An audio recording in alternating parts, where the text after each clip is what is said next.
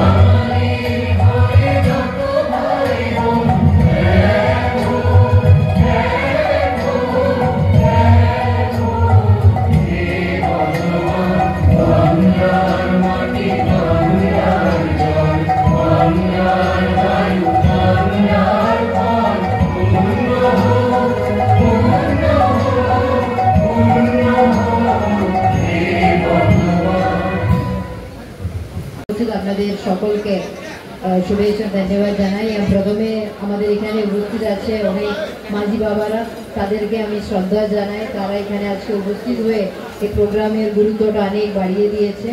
আর হুল দিবস সংক্রান্ত আপনারা সকলেই জানেন, এটা আমাদের খুব গুরুত্বপূর্ণ 30শে জুন আমাদের সকলের জন্য, শুধু এটা পশ্চিমবঙ্গ বা আদিবাসীদের মধ্যে নেই, আমাদের ভারতবর্ষের জন্য একটা বড় দিবস।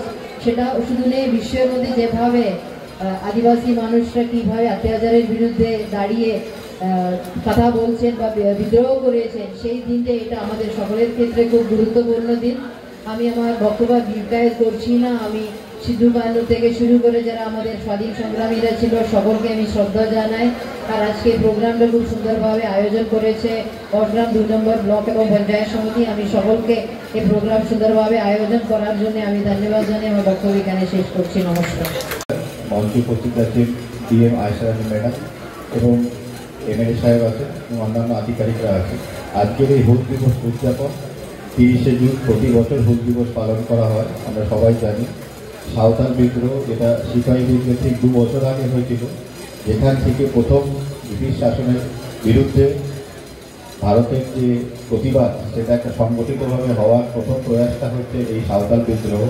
এই সাঁওতাল বিদ্রোহ শুধু আদিবাসী জনজাতির নয়, এটা প্রতিটা ভারতবাসীর কাছে একটা গর্বের দিন যে এই দিন প্রথম একটা সংঘবদ্ধভাবে যে প্রবল প্রতাপশালী ব্রিটিশ শাসন তাদের বিরুদ্ধে একটা আওয়াজ তোলা হয়েছিল। সেই দিনের স্মরণে এই বছরও আজকে আউশগ্রামে এই যে অনুষ্ঠান আজকে আয়োজিত হয়েছে, এখানে আসতে পেরে আমি খুবই আনন্দিত এবং ধন্যবাদ জানাচ্ছি আয়োজকদের আমাকে এখানে আহ্বান জানাতে। এটুকু বলে বক্তব্য শেষ করছি। ধন্যবাদ। ছাত্রছাত্রীদের প্রথমেই আশিস মণ্ডলের কাছে আমরা এই মুহূর্তে রয়েছি। পরবর্তীতে পরপর এগিয়ে আসতে আমি কয়েকটা নাম পরপর ঘোষণা করে যাচ্ছি, প্রত্যেকে তৈরি থাকবেন। অনিমেষ মুর্মু, মোহন ওরাম। এই মুহূর্তে আশিস মণ্ডলের কাছে আমরা রয়েছি। ধন্যবাদ জানাই। মুর্মু, অনিমেষ কান্না এক সাংসদ। এর পরবর্তীতে আমি খরাত মেমারি দেওয়ার জন্য অনুরোধ করে পুলিশ আরক্ষাধ্যক্ষ পূর্ব বর্ধমান শ্রী সায়ক কান্না Hindu girls high school Bardhaman জেলা পরিষদে আমি ওনাকে ঋতিকা ওরা Bardhaman municipal girls high school রয়েছে পুরস্কার কিনা মৌসুমী সভাধিপতি দেবলীনা হেমব্রম সূর্য টুডু মহাশয়কে অনুরোধ জন্য শ্রী দেবু টুডু মহাশয়, বরণদিনের শ্রী স্বপন দেবনাথ মহাশয় এবং একই সঙ্গে বৈপুর লক্ষ্মী মহাশয়, প্রত্যেকের আজকের মহাশয়া আইএস ম্যাডাম এসপি স্যারের শালপাতার মুকুট, রাজ্যের মাননীয় মন্ত্রী শ্রী স্বপন দেবনাথ মহাশয় বড় হচ্ছে উন্নতি করতে পারি। এর পরবর্তীতে পূর্ব বর্ধমান জেলা পরিষদের Bolpur লোকসভাকে itu kubaran di Naburan, abedan lotan kubaran di kana. চিল্লা তো হয় না এদের পিছনে তো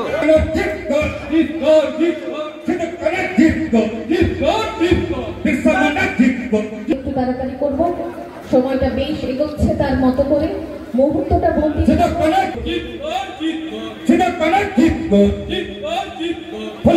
মাননীয় বিধায়ক আবেদানন্দ থান্ডার মহাশয়কে আমরা বর্ধমান শ্রী সহকারী সভাধিপতি পূর্ব বর্ধমান জেলা পরিষদ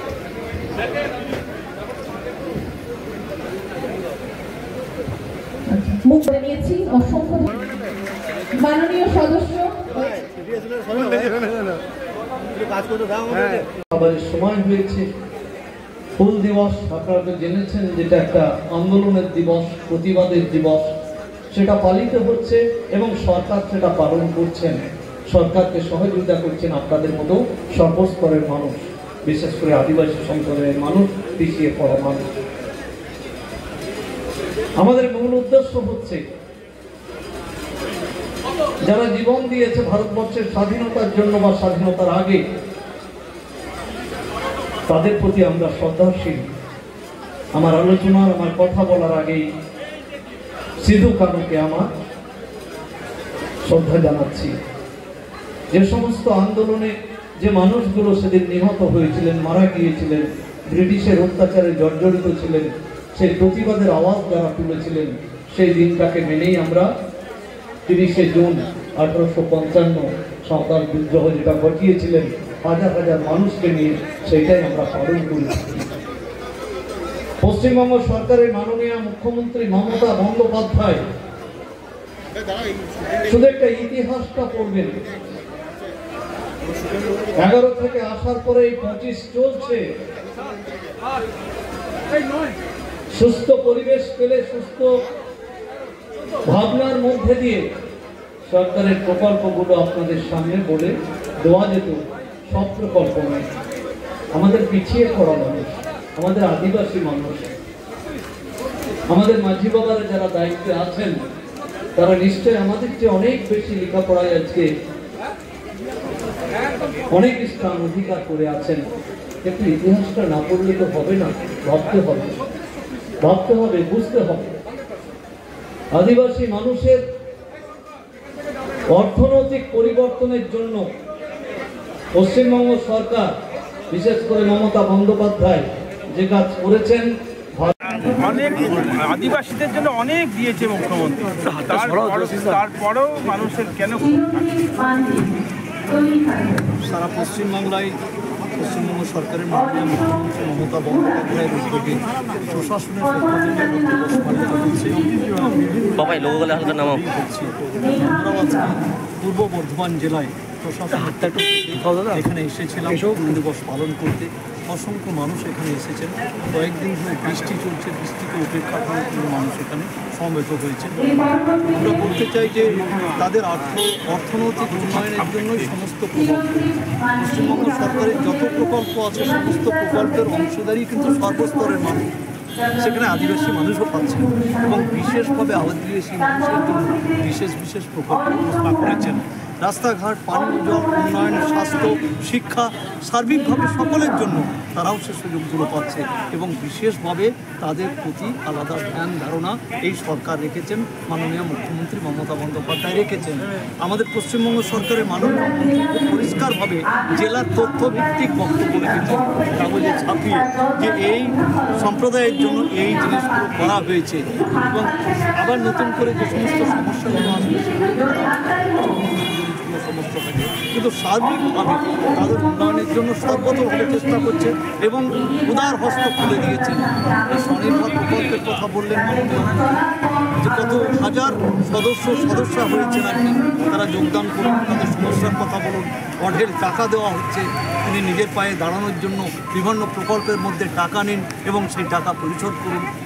চরম ইতিহাস তৈরি করেছে সারা ভারতবর্ষে পশ্চিমবঙ্গ সরকারের মাননীয় মুখ্যমন্ত্রী মমতা বন্দ্যোপাধ্যায় ইতিহাস তৈরি করেছেন উন্নয়নের ক্ষেত্রে সর্বস্তরের মানুষের সঙ্গে সঙ্গে আদিবাসী মানুষ। প্রেরণায় সারা পশ্চিমবঙ্গের বিভিন্ন জায়গাতে হুল দিবস পালিত হচ্ছে। সিধু কানু, চাঁদ ভৈরব, ফুলবাতির প্রতি শ্রদ্ধা জানিয়ে আমাদের রাজ্য পর্যায়ের প্রোগ্রাম ঝাড়গ্রামে, জেলা পর্যায়ের প্রোগ্রাম চলছে আমাদের আউটগ্রামে।